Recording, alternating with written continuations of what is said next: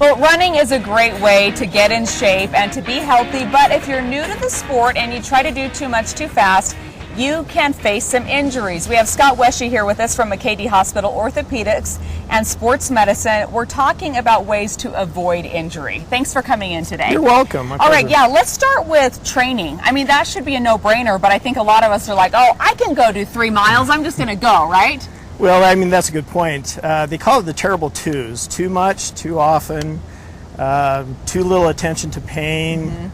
So, you know, when you're out training, probably the best thing is to make sure that you're training in a way that's not going to cause an injury. We see that often. Training is one of the first things we look at when we see an injury in the clinic.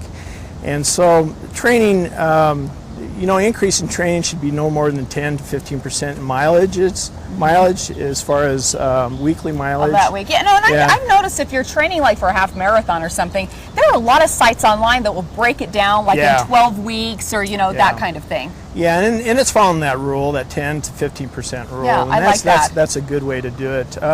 You know, drastic changes in your training often lead to injuries. So. Yeah, that's true. Okay, and then let's talk footwear. Okay. All right, so I heard someone once say that if you have the right pair of shoes, you should be able to put it on new and run that half marathon and your feet will be fine. You know what? I found that to be true. Yeah. Is it true? Well, you know, footwear is very important because, you know, if you have, occasionally in the clinic we have people that come in with shoes that have been worn out and they're... Yeah, and you know what's crazy? Mine look brand new because most of my running is on the treadmill. Right. But it got to the point, it's like, how long have I had these? They feel horrible. Right. You know? So the rule of thumb for most shoes is about 300 to 500 miles. Okay. And if you're training for a half marathon or a full marathon, you add up those miles pretty quickly. Yeah.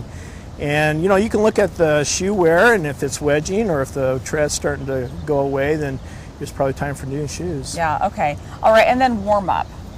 Warm up, that's very important. A lot of times people have a question, you know, do I stretch or do I not stretch? Yeah.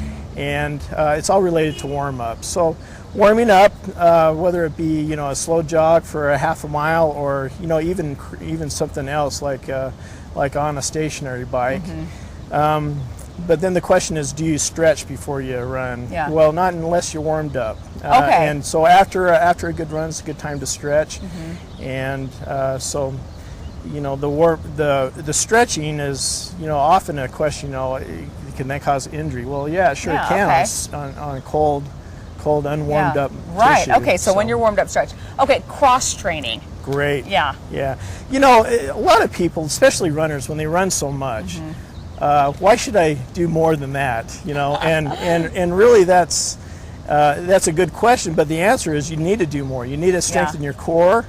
You need to make sure your whole body's in shape. Exactly. And you can run more efficiently too. Okay, KUTV.com, #AskTheExpert. The phone number 877-908-0680.